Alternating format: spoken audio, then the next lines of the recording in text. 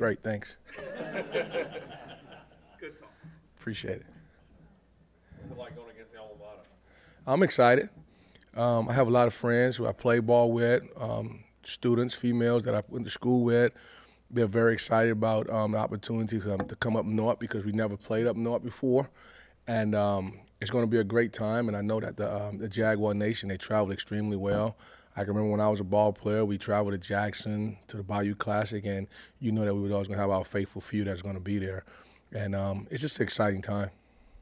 How's Kenneth handled the preseason hype going into this? I think he's handled extremely well. I don't think that it bothers him in any way.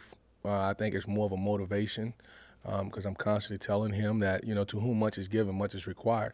And you're only as good as your last game. That's what you did last year and the year before. So you got to go out and prove yourself on a daily basis that you can compete at a high level all the time. And I'm just excited for the young man, and he's excited for the team. And I said something the other day. It's always team first, then me. It's a big T, small me. And Kenny really embraces that, and he wants the team to be successful. And you think a person of his stature will want the ball every single down, but he knows that this is a team sport, and he's excited about being a part of this team and the high expectations that we do have. Coach, you got some talented guys in your room. Jared Kraft looks like a different guy in the fall, and then now you got a true freshman that's even in the two deep at kick returner. Talk about your group as a whole. I think our group is doing pretty well. I think Kenneth leads the group. He's been a great mentor to Jared Kraft. You can see the transformation in a year with that young man, not only with his performance on the field, but with his body, his work ethics, going out and performing at a high level on a daily basis. And I think Kenneth has taken him under his wing and trying to mold him into a great player. We had a talk the other day, and Kenneth talked about how Quentin Patton molded him. And he's taken on that leadership role and embracing it extremely well to put that young man in a position to be successful and helping him with the little things to make him a better back. And I think Jared is set up to have a great season for us and looking forward to it. Blake Martin is doing a really good job as well. Blake is very solid in the backfield. He's kind of like the glue. You know, we can plug him in when needed, and he embraces his position that he has for us. So I'm very excited about what he's going to be able to do for us also. And you can't help but get excited about Jaquise Dancy. The young man rushed for over 5,000 yards in his high school career, won 3 state championships in a row. He's a winner. He knows how to work hard. He came in, and he's very humble, and he understands that he has to find a role on this team. And he's excited about the role that he's going to play. And I think he's going to do extremely well. Very excited about the young man. The future is very bright in that room. How did you come to the decision to put him on kick return as opposed to maybe redshirting him? Maybe the one that he ran like 50 yards and nobody touched him.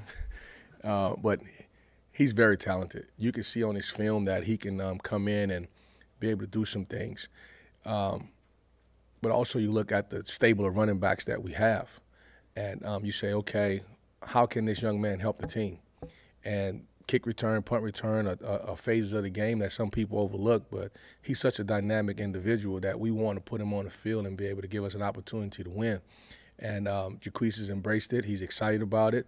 He wants to make a contribution to the team, and we're going to find ways to get him on the football field as best we can, even with the crowded room that we have. Northwestern State's a popular topic because of what happened last year, but because of that, have you found it easier to keep the guys focused on a Southern because of what happened last season?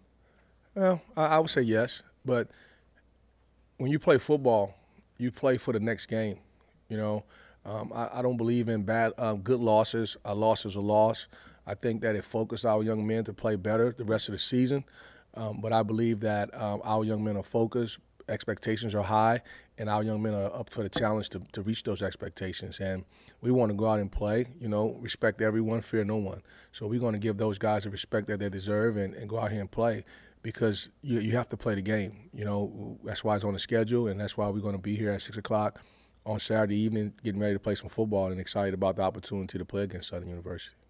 What was it like from a coach's perspective to see the guys move into the building yesterday? Oh, it's big time, man.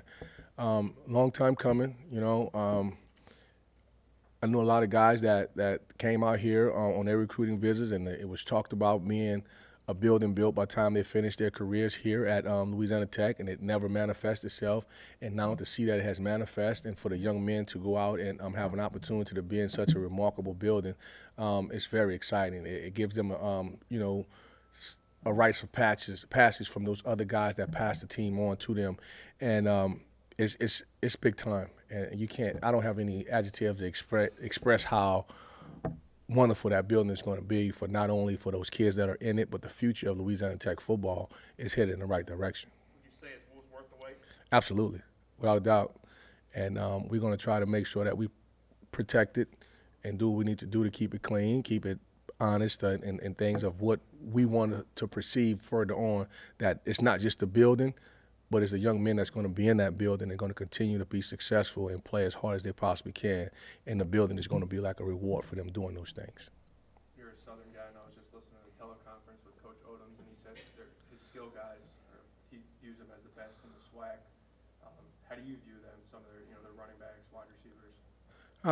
I don't look at too much of the offensive film. We were looking at mainly defense, but looking at their numbers, I think that they have some pretty good skill guys. And that was kind of the thing that we hung our hat on, to have good skill guys down at Southern. We always had good skill guys. I played with a lot of guys that played in the NFL that were very talented young men. So it's not surprising, but I'm not as familiar with them as I would need to be in regards of answering that question. But I'm assuming that they would be pretty good. You know, their fan base, you expect a big crowd, a big following for them on Saturday? Yes, sir, absolutely. There's going to be a packed house.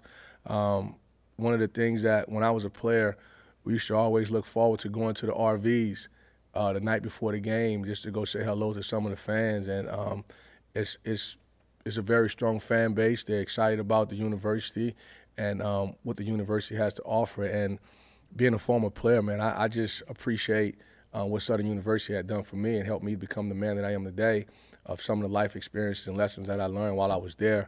And the fans were very unbelievable and very excited about what we were doing on the football field. Anything else from Mark?